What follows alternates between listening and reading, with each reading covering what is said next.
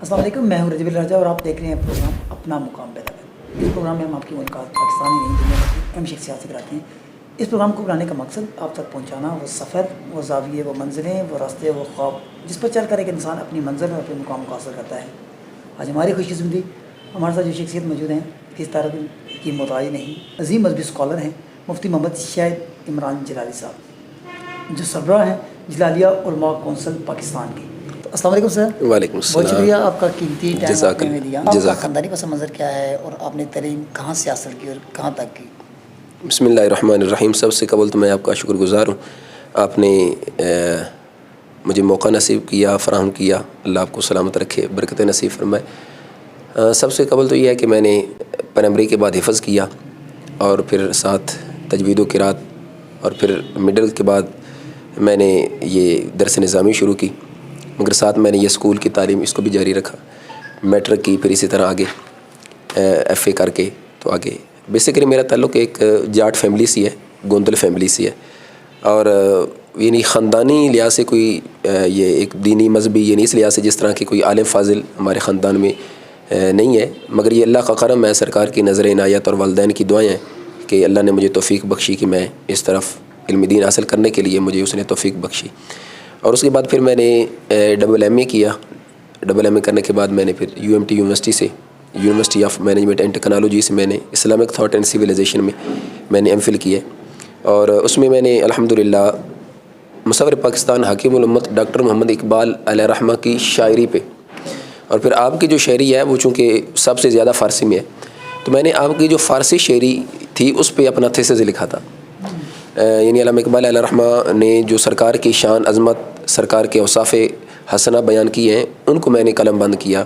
یعنی میرا جو تھیسس کا ٹاپک تھا وہ تھا کہ رسول اللہ صلی اللہ علیہ وسلم کی امتیازی خصائص علامہ اقبال علیہ رحمہ کی فارسی کی روشنی میں، یہ میں نے اس میں کیا تھا۔ تو اس کے بعد چونکہ میری جو نسبت ہے اور میرا تعلق ہے، اور میں نے جہاں سے علم دین حاصل کیا وہ پاکستان اور پوری دنیا کے بہت بڑے ممتاز مذہبی اسکالر ہیں، امت مسلمہ کے محسن ہیں، حضرت قبلہ مفتی ڈاکٹر محمد اشرف آصف جلالی، چیئرمین تحریک لبیک یا رسول اللہ۔ تو یہ سارا انہی کا فیض ہے، ہم تو انہی کے پاس گئے، مگر جب گئے تھے خالی تھے، مگر آج انہوں نے اپنی نظر سے، علم سے، فیض سے ہمیں نوازا، آج ہم کچھ چند کلمات بولنے کے قابل ہوئے۔ سر آپ مذہبی رہنما ہیں، کیا علماء کا کردار معاشرے میں وہ ہے جو ہونا چاہیے؟ جی الحمدللہ، بلکہ میں یوں سمجھتا ہوں کہ جو علماء حقہ ہے ان کا ہر دور میں کردار رہا ہے۔ علماء سو کی تو بات ہی نہیں کر رہے علماء سو کی تو بات ہی نہیں ہے، علماء حقہ کا ہر دور میں کردار رہا ہے، اور علماء حقہ کے کردار سے ہی یہ آج اسلام کی شمع روشن ہے۔ یعنی وہ اگر آپ جو دیکھیں نا، اکبر بادشاہ حضرت سیدنا مجدد الفسانی شیخ احمد سرندی فاروقی علیہ رحمہ کا کردار دیکھیں، وہ بھی ایک عالم تھے، ایک مسجد کے امام تھے، مگر جب اس اکبر بادشاہ کے دربار میں اور ملا فضل اور ابو الفضل فیضی جیسے اس کے قصیدے پڑھ رہے تھے اور اس کو سجدہ کرنے کے جواز کی دلیلیں پیش کر رہے تھے، یہاں تک کہ انہوں نے ایک مستقل کتاب لکھ دی تھی۔ اب بظاہر عالم تو وہ بھی تھے، مگر وہ علماء سو میں ان کا شمار، مگر ان کے مقابلے میں حضرت سیدنا مجدد الفسانی نے جو کردار ادا کیا، آپ کو جب کہا گیا کہ جی آپ بھی اس اکبر بادشاہ کو سجدہ کرنے کے جواز پر دلائل پیش کر دے، فتویٰ دے دے، تو آپ نے فرمایا تھا کہ میں یہ نہیں کر سکتا، اور زبردستی آپ کو پکڑ کے پھر جب لے جایا گیا اس کے دربار میں، تو وہ دروازہ بھی ایسا کہ اس دروازے سے گزارنے کے لیے اکبر بادشاہ نے بولا، تو آپ نے پھر داخل ہونے کا انداز کیا اپنایا، پہلے قدم داخل کیے پھر سر داخل کیا، اور پھر دربار میں جب گئے تو وزیروں کو، سپاہیوں کو بولا کہ ان کا سر پکڑ کے نیچے کرو زبردستی، کیوں سجدہ نہیں کر رہے ہیں نا، ان کا سر پکڑو، تو آپ نے فرمایا تھا ایک ہے کعبہ میرا، ایک ہی مسجود ہے، سر جھکانا نہیں ہے، موضوع نہیں ہے سر جھکانا ہر جگہ کے لیے، یعنی یہ آپ نے فرمایا تھا۔ تو اس لیے علماء کا ہر دور میں کردار ہے، اور علماء حقہ کا کردار ہی ہے تبھی یہ اسلام کی شمع روشن ہے، اور اسلام کی حقانیت، صداقت انشاءاللہ یہ قیامت تک چلے گی۔ اور ان علماء ربانیین، علماء حقہ کے جانشین آج بھی ہمارے دور میں اگر کسی نے زندہ دیکھنی اور زندہ کرامت دیکھنی ہو ان علماء کی، تو وہ حضور قبلہ کنز العلماء کی ذات دیکھ لیں کہ سارا ماحول مخالف ہے، دشمن اپنے ہو یا بیگانے سارے ہیں، مگر پھر بھی وہ حق پہ کھڑے ہیں، کہ یہ کردار ہے، یہ علماء حقہ کا کردار قیامت تک انشاءاللہ چلے گا، ان کا فیض۔ ان کی کانفرنس میں نے دیکھی ہے، سنی کانفرنس ہمارے اسلام آباد میں بھی ہوئی، میں نے بڑے قریب سے دیکھا، ابھی کراچی میں بھی ہوئی، آپ اکیلے ہیں وہاں پہ، لیکن آپ کی کانفرنس بہت بڑی تھی، اور جب اسلام آباد میں گئے ہیں تو اب یقین مانے کہ جو پنڈال بنا تھا اس کی ہاف بھی نہیں تھی، اور پورے پاکستان کے انہوں نے علماء اکٹھے کیے ہوئے تھے، اور سارے بہت سے لوگ ایک ساتھ ہیں، لیکن وہ کامیاب نہیں کر پائے، لیکن آپ کی ہم نے اپنے جو سنی کانفرنس دیکھی ہے کراچی میں بڑی کامیاب رہی. اصل میں شخصیت کو بقا نہیں ہے، نظریات کو بقا ہے. اگر آپ کا کوئی نظریہ نہیں ہے نا، کوئی ویژن نہیں ہے، کوئی گول نہیں ہے، آپ کبھی بھی کامیاب نہیں ہو سکتے. بہترین. اب دیکھ لیں کہ ایک طرف یزید تھا، دوسری طرف امام علی مقام رضی اللہ تعالیٰ عنہ تھے. امام علی مقام کا ایک نظریہ، ایک فکر تھی، ان کا نظریہ آج بھی زندہ ہے. یزید پلید کا کوئی نظریہ نہیں تھا. اقتدار، دنیاوی مال و زر، ہرس، جاہ و جلال، پروٹوکول، یہ تھا، ختم ہو گیا. یہ جتنے بھی علماء سو ہیں نا، ان کی دنیاوی لحاظ سے غرض یہی ہے. اب دیکھ لیں، اب یہ موجودہ جو سیاسی نظام ہے، اب ایک طرف اس کے ساتھ بھی لوگ کھڑے ہیں، یہ جو عمران خان ہے، اور اس کو امیر المؤمنین بھی کہہ رہے ہیں، بلکہ اس عریانی فواشی اور پاکستان کی جو سالمیت و استحکام کے لیے ایک، اب یوں سمجھ زیر قاتل ہے اس کا یہ لانگ مارچ، اس کو کہہ رہے ہیں کہ حق و باطل کی جنگ ہے. وہ بھی لوگ ہیں، بظاہر تو وہ عالم بھی کہلواتے ہیں، پیر بھی کہلواتے ہیں، ان کے بھی سینکڑوں مرید ہیں. تو یہ اس لیے کہ بظاہر تعداد کا زیادہ ہو جانا اور ان کو، مگر یہ اللہ کا فضل ہے کہ بلا امام جلالی زید شرف وہ نے جو آواز حق بلند کی تھی، آہستہ آہستہ امت ان کے ساتھ ملتی جا رہی ہے اور ان کا کارواں بڑھتا جا رہا ہے، اور انشاءاللہ اللہ کے فضل سے یہ کارواں آگے بڑھے گا. کیا بات ہے سر، آپ نے اقبال کو بڑے قریب سے پڑھا. اقبال نوجوان نسل کو شاہین کہتے ہیں. جی. علامہ اقبال کا کیا پیغام ہے، وہ چاہتے کیا ہیں ہمارے نوجوان نسل سے؟ اصل میں علامہ اقبال نے جو شاہین سے نوجوان نسل کو تشبیہ دی ہے نا، حالانکہ شاہین سے بڑھ کے اور بھی بڑے بڑے پرندے ہیں، خوبصورت بھی ہیں. مور بڑا خوبصورت پرندہ ہے، اور اس کے علاوہ اور بڑے پرندے ہیں، مگر علامہ اقبال نے شاہین سے تشبیہ جو دی ہے وہ اس وجہ سے کہ اصل میں شاہین کی پرواز بہت اونچی ہوتی ہے، اور دوسرے نمبر پہ شاہین کبھی اپنا گھر نہیں بناتا، اور پرواز کرنے کے لحاظ سے وہ ڈرتا نہیں ہے، اور پھر وہ شکار خود کرتا ہے، کسی کا کرا ہوا نہیں کھاتا. تو علامہ اقبال نے بھی نوجوان نسل کو یہی شاہین سے تشبیہ دے کر پیغام دیا، شاہین بنو، پرواز تمہاری نیچے نہیں بلکہ اوپر ہونی چاہیے. پھر شکار کسی کا کرنا نہیں، یہ نہیں کھانا بلکہ خود کرنا ہے، اور پھر چند ٹکوں کی خاطر، ایک 5-10 مرلے کا گھر بنانے کی خاطر، ایک بنگلے کوٹھی یا گاڑی کی خاطر ساری زندگی اسی میں صرف کر دینا. فرمایا یہ تمہاری زندگی نہیں ہے، زندگی تمہاری آگے ہے. وہ آپ نے فرمایا تھا نا کہ اے نوجوان مسلم تدبر بھی کیا تو نے، وہ کیا گردو تھا جس کا تو ایک ٹوٹا ہوا تارا.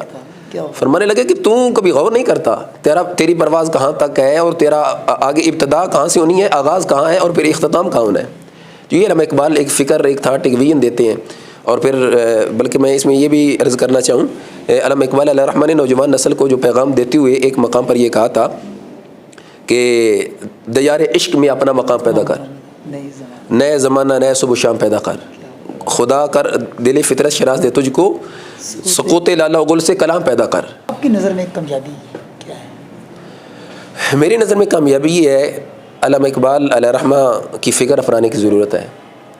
سارا خیر یہ ہمارے استاذ گرامی حضور قبلہ کنز العلماء مفتی ڈاکٹر محمد اشرف جلالی زید شرف کی ذات کا ہے، ہمارے والدین کی دعائیں ہیں. مگر جو ان کا ہم نے جنون دیکھا نا کہ صبح و شام نہ تھکاوٹ، نہ سفر کی کوئی اس طرح کی کوئی مسئلہ ہے، اور نہ نیند کا کوئی مسئلہ ہے، تو آپ زید شرف نے علامہ اقبال کو بھی پڑھا ہے، اور ہمیں پھر ان سے یہ فیض ملا، ہم نے بھی پڑھا ہے. اور جس دن سے علامہ اقبال پڑھنے کا اپنا ایک معمول بنایا نا، دن بدن طبیعت میں ایک جنون پیدا ہوتا ہے، اور یوں ہی دل کرتا ہے جیسے اگرچہ بندہ چلتا تو زمین پہ ہوتا ہے، مگر یوں محسوس ہوتا ہے کہ جیسے میں ہوا میں اڑ رہا ہوں.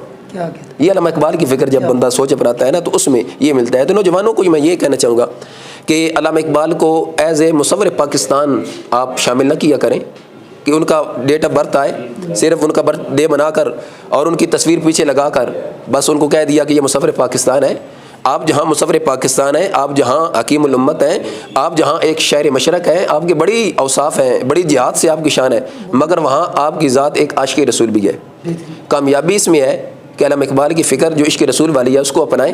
اور پھر جو آپ نے کہا تھا نا کہ تو غنی از دو عالم من فقیر، روز محشر عذر آئے من پذیر، تو فرمانے لگے کہ یا رب العالمین تیری ذات غنی ہے، تو ہر ایک کائنات کے ذرے ذرے کو، مخلوق میں سے ہر فرد کو تو چیز دیتا ہے، کھانے کے لیے رزق دیتا ہے، صحت دیتا ہے، اولاد سب کچھ دیتا ہے. فرمانے لگے تو غنی از دو عالم من فقیر، روز محشر عذر آئے من پذیر. اگر قیامت کے دن میں اقبال کے جو عذر ہیں، جو گناہ ہیں، اگر وہ قبول ہو جائیں، یعنی جو دنیا میں انسان کرتا ہے گناہ کرتا ہے، اب ظاہر ہے کہ جس نے گناہ کیے ہیں اس کو گناہ کی سزا تو ملنی ہے. تو آپ نے فرمایا کہ یا رب العالمین ایک کام کرنا، اگر میرے اعمال کا جو دار و مدار ہے، یعنی اعمال صالحہ ایک طرف اور پھر دوسرے اعمال بد تو اگر فرمانے لگے از نکاح مصطفیٰ پنہا بغیر، فرمانے لگے یا رب العالمین اگر حساب لینا ہی ہو نا تو میرا حساب میرے محبوب کی آنکھوں سے اوجھل ہو کر لینا، میرے محبوب کی آنکھوں کے سامنے نہیں لینا. یعنی آج ہماری حالت کیا ہے، یعنی ہمیں کوئی شرم، جس طرح کہتے ہیں نا نہ خوف خدا نہ شرم نبی، یہ بھی نہیں وہ بھی نہیں، نہ ہمیں گناہ کرتے شرم آتی ہے نہ کرنے کے بعد شرم آتی ہے، نہ کبھی توبہ کرنے کے لیے اپنے آپ کو ہم آمادہ کرتے ہیں کہ رب کے برگاہ میں توبہ کر لے، گناہ ہو گیا ہے، صبح و شام گناہوں میں، صبح و شام گناہوں کی لت میں. اور پھر یہی وجہ ہے آج ہماری نوجوان نسل کی جو ایک ناکامی کا سبب ہے نا، وہ یہی وجہ ہے، ہر وقت گناہ میں رہنا، وہ موبائل کی صورت میں ہو، وہ مجلس صحبت کی صورت میں ہو، وہ گانوں کی صورت میں ہو، وہ بے حیائی کی صورت میں ہو، وہ بولنے کی صورت میں ہو. یعنی ہم ہمجیت گناہوں کی طرف جا رہے ہیں. کبھی بھی ہم نے پاکیزہ ماحول میں پاکیزہ صحبت میں بیٹھنے کے لیے اپنے آپ کو تیار ہی نہیں کیا، ہمیں ملتی ہی نہیں ہے نا، جس کی وجہ سے ہمارا کردار، اخلاق سب کچھ تباہ و بربادی کی طرف جا رہا ہے. اللہ ہم سب کو اپنے پیارے نبی علیہ السلام کی خاص نظر عنایت نصیب فرمائے، اپنا فضل اور کرم سے شامل حال فرمائے. سر خوابوں کو حقیقت تک پہنچانے کا کوئی آسان راستہ ہے؟ خواب، ہاں، جس کے خواب ہوتے ہیں ہمیشہ وہی کچھ کر پاتا ہے. اب ایک بندے نے خواب دیکھا، میں اس کی ایک بڑی آسان مثال دیتا ہوں. اب جس نے خواب دیکھا ہے نا کہ میں نے میٹرک کرنی ہے، وہ ہمیشہ انڈر میٹرک ہی کرتا ہے. اور جس نے خواب دیکھا ہے نا میں نے ایف کرنی ہے، وہ میٹرک ہی کرتا ہے. اور جس نے یہ خواب دیکھا ہے نا کہ میں نے بس ایک ملازمت 15-20 ہزار کی کرنی ہے، تو وہ کلرا کی بھرتی ہوتا ہے. جس کے بڑے خواب نہیں ہے نا وہ کرتا بھی کچھ نہیں ہے. ہمیشہ انسان کو بڑا خواب دیکھنا ہے. اور ایک ہے کہ انسان کو انفرادی طور پر اپنی ذات کے فائدے کے لیے خواب دیکھنا، اور ایک ہے فیملی کے لیے، اور ایک ہے پوری امت کے لیے، اور ایک ہے ملک پاکستان کے لیے. تو یہ انسان کو بڑا خواب رکھنا چاہیے کہ میں نے ایسا کام کرنا ہے جس میں صرف میری جو میرا فائدہ نہیں، میری فیملی کا فائدہ نہیں، بلکہ میری پوری امت مسلمہ کا. سر بہت شکریہ. جزاک اللہ. بہت شکریہ. ہمارے ساتھ موجود تھے عظیم مذہبی اسکالر مفتی محمد شاہد عمران جلالی صاحب. تو اسی طرح کی ایک بڑی شخصیات کے ساتھ دوبارہ حاضر ہوں گے. پاکستان ہمیشہ زندہ باد.